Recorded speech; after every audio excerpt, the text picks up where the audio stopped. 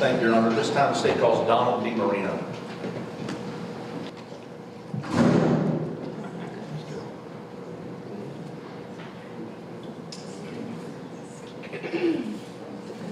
Oh, we'll just come right up here, John.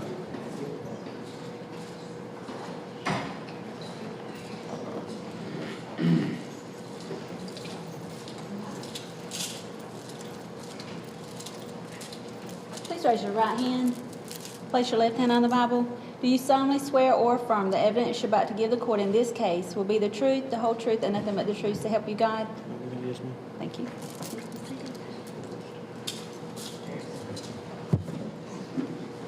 If you're speaking to the microphone, state your full name and spell your last name. Donald Allen DeMarino, DeMarino. Hey, Donald, how you doing? Good. Do you know who I am? Yes, sir. How you know me? Talking to you. We talked before, that's right. Now look, obviously, you didn't just come from the spring formal. So tell this jury where you're living right now.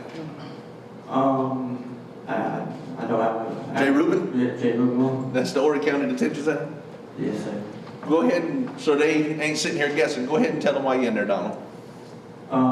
What your charges are. You ain't got to, just tell them what you're charged with. I got a couple PED autos, possession of a stolen firearm, and possession of a stolen. But you ain't been convicted of none of that stuff? No. Okay.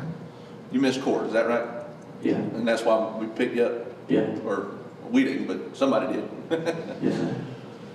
Donald, do you know Sidney Moore? Yes. How you know him, sir? He's my family. How are you related to him? Through marriage, my cousin Tammy. So Tammy's your cousin? Yes. Okay. Did you used to hang out with him back in the day? Yeah, a little bit. Did you go over to their house? Yes. In 2013? Yeah. In 2014? Yeah. Do you remember the last time you were over there? Yes. About when was that? And you ain't got to be exact. I know it's been a long time ago.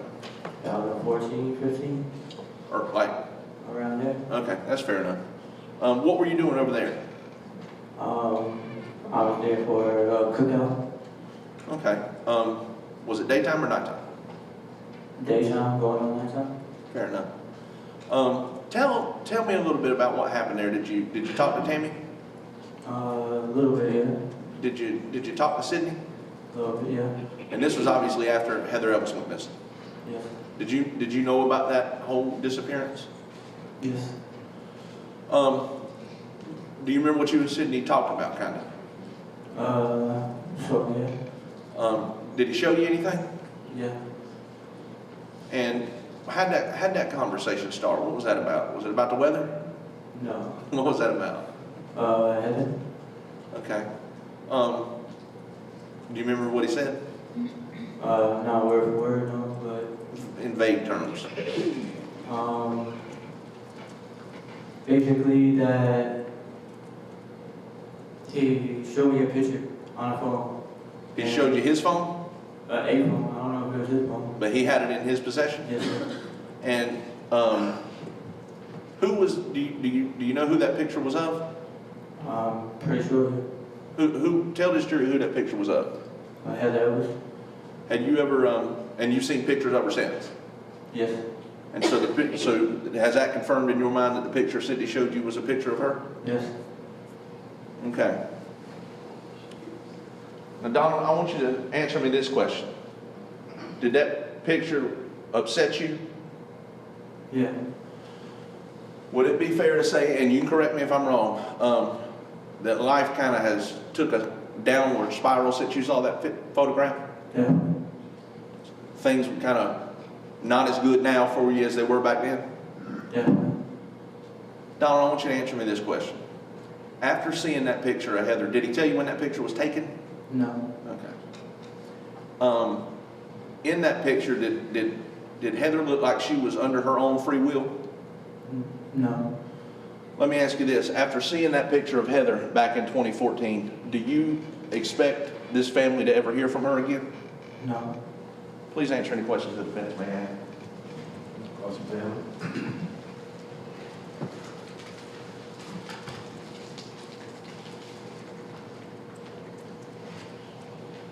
Mr. DeMarino, what charges are you at the detention center for now? Couple of counts of B&E autos, possession of stolen firearm, possession of a stolen vehicle, and Did you? Go ahead, I'm sorry. credit card fraud. Okay, so that's B&E auto, possession of a stolen firearm, possession of a stolen vehicle, and B&E auto. Did I get that? Credit card fraud. Okay. What about your prior record? What have you been convicted of in the past, sir? I got a burglary charge, and a couple of drug charges. Burglary charge and drug charges. Okay. Got a problem with drugs, Mr. DeMarino? Yeah. Addiction issue?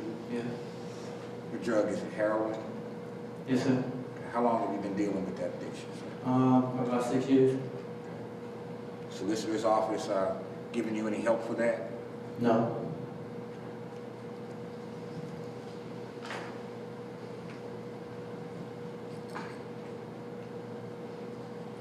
Let me be clear about this. Does your heroin addiction have anything to do with Heather Elvis's case? No. Okay, because the solicitor tried to suggest that maybe you had a downward spiral after you looked at this picture. Okay. You were kind of dealing with drugs before that. A little bit.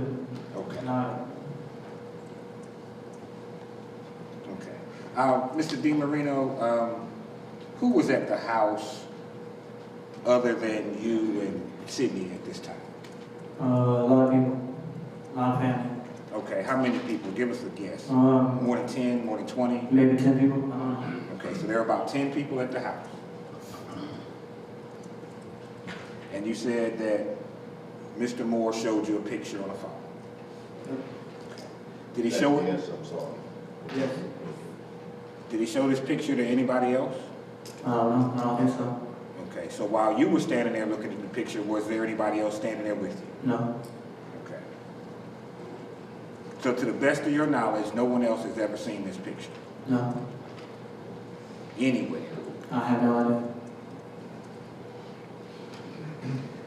Now, when you and Sidney are standing there looking at this picture, did you happen to take a picture of the picture?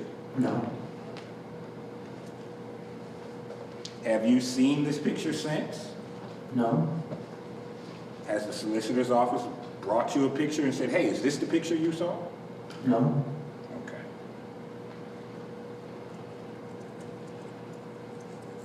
So no one else saw the picture? I guess not. To the best of your knowledge, no Yeah. one else saw it. And you haven't seen that picture like today, have you? No. Now, how many times have you talked to the solicitors about this case? Handful of times. Couple.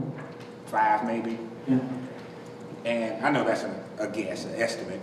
But in those 5 times, have they ever given you a picture and asked you if that was the picture you're referring to? No. Do you know what device this picture came off of? I don't. Okay, was it on a phone? Yeah. Do you know whose phone this was? No. Do you know if it was Sidney's phone? I'm taking it. It was. You're assuming it was Sidney's phone? Okay.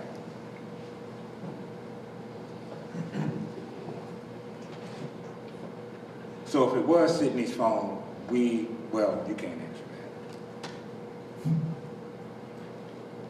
And there was a conversation that went with this picture. Did anybody overhear this conversation? No. So it's just you and Sidney talking. Yeah. He just brought you aside and said, let me talk to you. Yeah. And when did this take place again? 2014, 15, I believe. Okay, After they were released. okay. Is that a tattoo on your chest? Yeah. What is that a tattoo of? 2 Guns and Roses. Okay. As in the band Guns N' Roses? I mean, sort of like, yeah. Or it's just 2 guns and... 2 Guns and Roses. Why would you have a tattoo of 2 guns on your chest? Why not?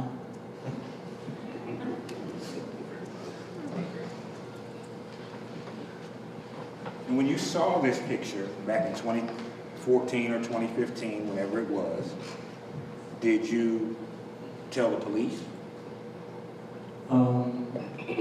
Soon after, yeah. Soon after? Yeah, they came to visit me while I was in jail. Did you tell family members? No. Did you tell any inmates at the jail? I talked to an inmate about it, yeah. Okay, so you told some inmates what you saw. I told one inmate what I saw. To one inmate what you saw. Did you tell that inmate that you had the picture? No. Okay, because you didn't have the picture. No.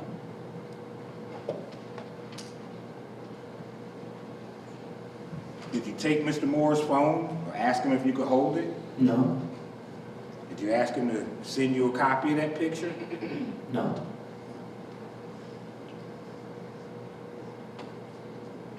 So the only thing that we have to go on today is your word that you saw a picture in 2014 or 2015. Yep.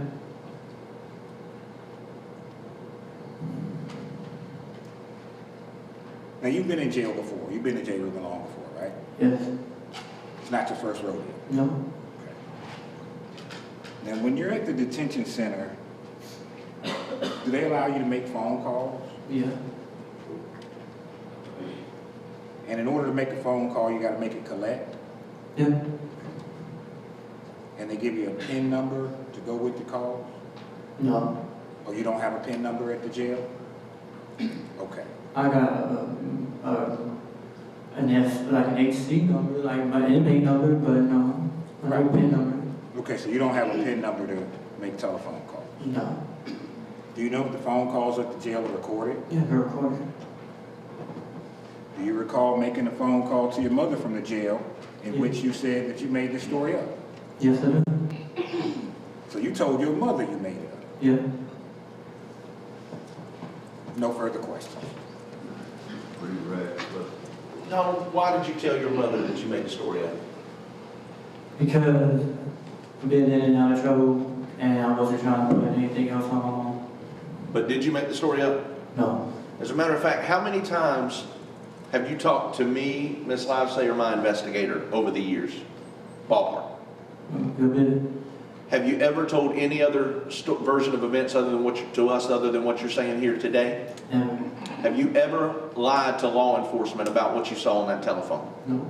Donald, Mr. Galmore made a big deal about the charges that you got right now, and are in J. Reuben Long for right now. Have I ever talked to you about those charges? No. As a matter of fact, what do I tell you about those? We cannot talk about it. So have I promised you anything for being here today to tell this? No. How about threaten you? Anytime that you and I have been alone, has anybody from my office or law enforcement ever threatened you and said, if you don't go testify, something bad's going to happen, like you're going to get the book thrown at you or anything like that? No, never. Have you ever had any beef with Tammy or Sidney, Donald? No. Were y'all on the outs when you came forward with this story? No. Why did you come forward with this story, Donald? I had to get it off me. That's fair. Was it weighing on you? Yeah. Do you expect to get any help from me for your charges for testifying here today? No. Do you have any reason, Donald, to lie to this jury today? No. Do you have any beef with Sidney Moore? No. Why are you testifying right now? If I haven't promised you anything, Donald, and I haven't threatened you in any way, did I make you come out here? No. Why are you here, Donald? Because the right thing. Because it's the right thing. Thank you, Donald. Thank you very much. recross, yeah. Mr. DeMarino, do you want help with your pending criminal charges? No. You don't want any consideration from the solicitor's office? No. Do you want help for your drug addiction? That would be great, but no. That'd be great. Yeah, but no. Okay. Now, you told the solicitors and you told this jury that you saw a picture. Mm-hmm. Is that a yes? Yes. And you also told your mother that you made that story up, Yeah. correct? Thank you, sir. Right, so you may step down, sir.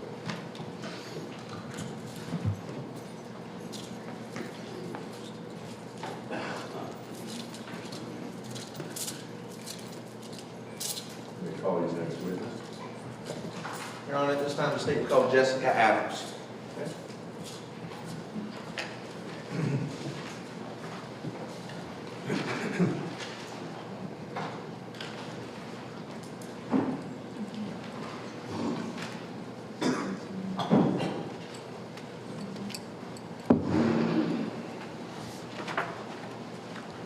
Please raise your right hand, place your left hand on the Bible.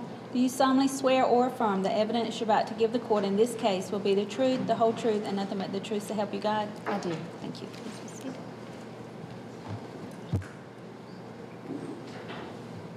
State your full name and spell your last name. My name is Jessica Adams, A-D-A-M-S. Hi, Ms. Adams. Hi. Who do you work for, ma'am? I work for the State Law Enforcement Division, commonly referred to as SLED. And who did you work for before then? Before then, I worked for the Second Judicial Circuit in Aiken, South Carolina. What, and how long have you worked for SLED, ma'am? 5.5 years. And what do you do for the South Carolina Law Enforcement Division? I'm a special agent assigned to the Fusion Center. We assist law enforcement with missing persons cases, fugitive investigations, things like that. And when you say assist law enforcement, what do you do specifically, ma'am? Primarily, my job has been as the Missing Persons Information Coordinator and also referred to as MEPIC. So as the MEPIC, I would assist law enforcement with primarily analytical things. So assisting them finding their missing persons through statewide databases, national databases, things like that, for uses of Social Security numbers, driver's licenses, credit checks, things like that, to see if they appeared somewhere else. So basically, and correct me if I'm wrong, when you assist in a missing persons case, you look for people's digital footprints. Exactly, yes, sir. And in doing that, you use all those things, the Social Security numbers, credit checks, driver's license, anything that I would use that would put me on the radar. That's right, yes, sir. So if I'm on the grid, you can find me. Certainly try really hard to do so, yes, sir. Have you ever been successful using those devices and venues to find a missing person? Yes, sir. Do you know how many? You can ballpark it. I would say in 5.5 years, well over 100. So that's a pretty effective method then. It is, yes, sir. So anytime I use my Social Security card or credit check, you have access to all that. Yes, sir. If you were looking for me, hypothetically, you would have access to all that. That's right, yes, sir. Have you had an opportunity to become involved in this case and the disappearance of Heather Elvis? Yes, sir. And tell us a little bit about that.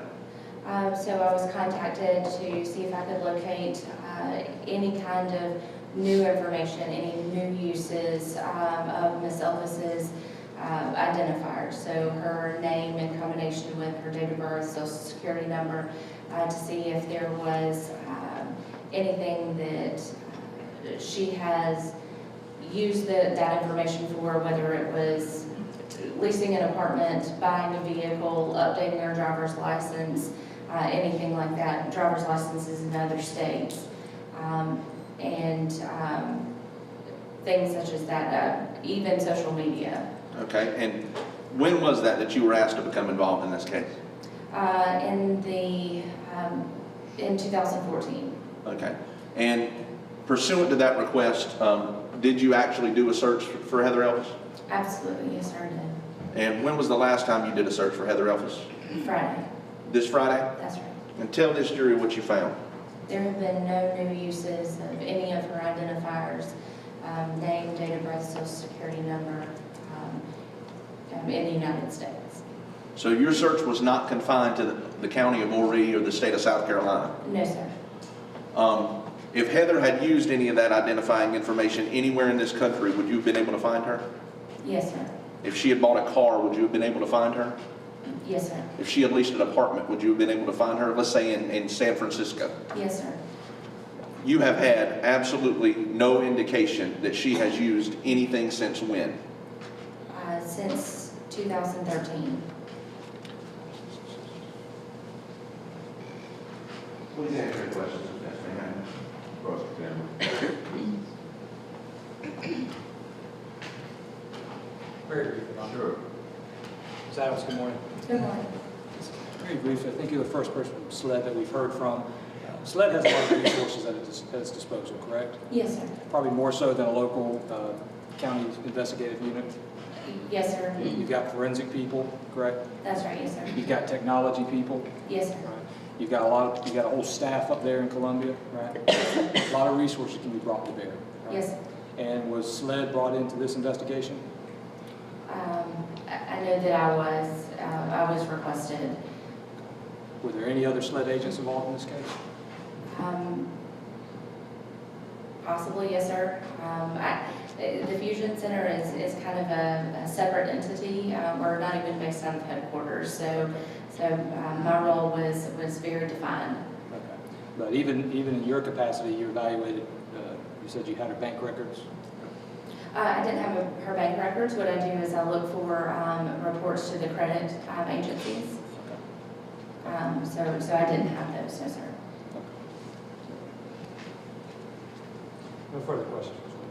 Correct. Nothing, Your Honor. I'd ask you to be excused, please. Any objection? No objection. Thank you. You're free to sit down and free to leave, Ms. Adams. Thank you. Or your next witness. Your Honor, at this time, the state rests.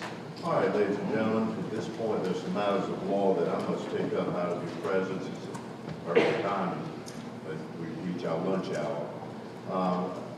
Please, while you're out, do not begin your deliberations. Do not discuss the case, of course, and don't allow anybody to talk about it in your presence. I'd ask you to be back in your jury room, please, by 1:30. Thank you.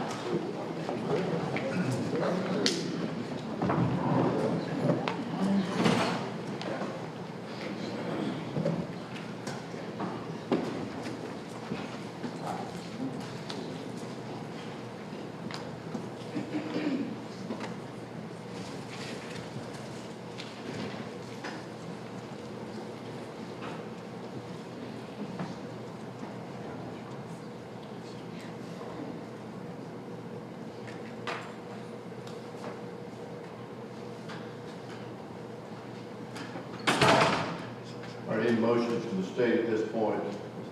No, Your Honor. Right, we have to hear from you. Thank you, Ron. Judge, this time you have several motions, and this has been a somewhat unusual case with the back story and all the things we got going on. It's being a circumstantial case, so I want to make sure that I touch on everything and cover all my bases. I just ask the court to bear with us. This time, the first motion we'll move for is to move for a mistrial on the basis that call the testimony or the interview with Detective Martin came in, allowed to come in over objection. It was in that interview discussion about polygraph very briefly. I know we had a conversation where we chose not to request a curative instruction at that time. Let me interrupt you. You also did not move for mistrial. I understand. I agree. Okay, I'm just asking because I want the record to be clear that that was basically our conversation on the side. And I don't think we put it all in the record at all. And it was I mentioned that to you. I offered to give a curative instruction that the jury would disregard that totally and even explain why they should disregard it. But there was no contemporaneous motion for mistrial. Do you agree with that? I do agree with that. Thank you. Okay. I just want the record to be clear. We are moving at this time for the mistrial on that basis. Obviously, it came in. We did not request curative instruction at that time due to the fact we didn't want to draw more attention to what had already come in. But obviously, it's in there. It is prejudicial. It's very brief, but we are compelled to make that motion at this time. Okay.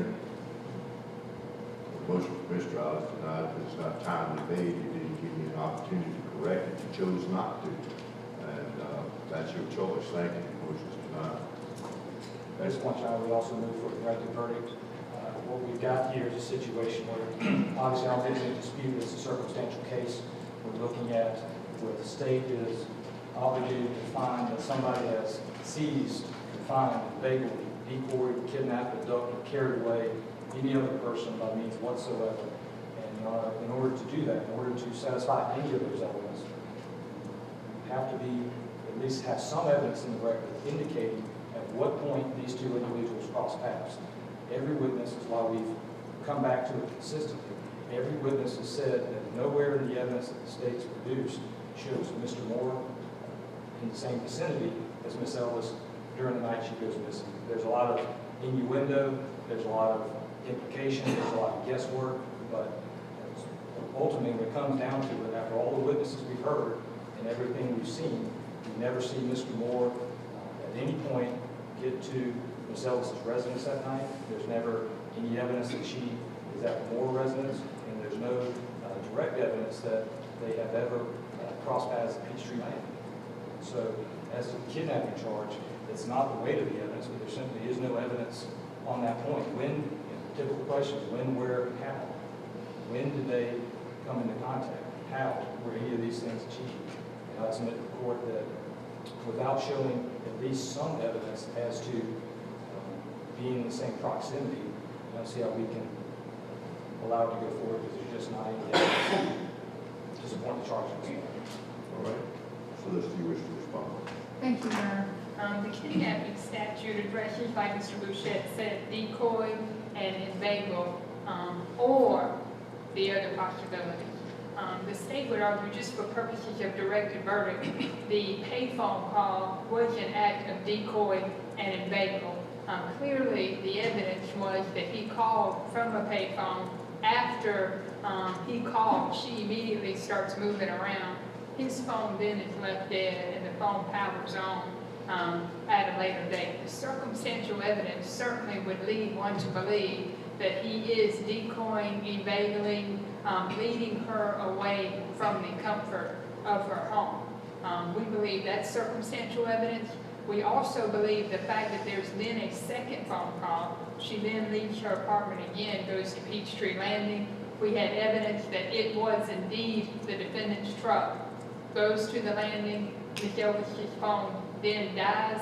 Then you see his truck leading back from the landing. We believe that's circumstantial evidence that shows Mr. Moore not killed her, but certainly has led to the end of her being able to make phone calls, receive phone calls, or have any contact with the outside world. We believe that's circumstantial evidence, and we believe that we've eliminated anybody but this defendant inveigled her that night at the payphone and then went down to the landing later on. Okay. Wish to respond. May I proceed with the motion on the conspiracy charge, which I just... Well, if I wish to respond to that, I'll be happy to rule on that. Nothing further than what All right. Of course, that evidence, you also have what I consider to be substantial circumstantial, all of that is substantial circumstantial evidence. Probably the most compelling circumstantial evidence to me is you're talking about somebody who has certainly been involved in multiple boyfriends. Nothing wrong with that. She's not a novice by any stretch of the imagination. She's had relationships, and she's not ashamed of that, and she should be. But she's a person that went to a place that she, I don't know whether she's ever been there before, but any adult, any person as savvy as she was, would know that that's not a place that you would customarily go. And most importantly, you wouldn't have thought to get out of your car, take your keys, take your cell phone, and get in another vehicle unless you knew the person. And the only persons that could possibly fit the bill was established by the evidence by multiple persons of the truck, the timing of the truck.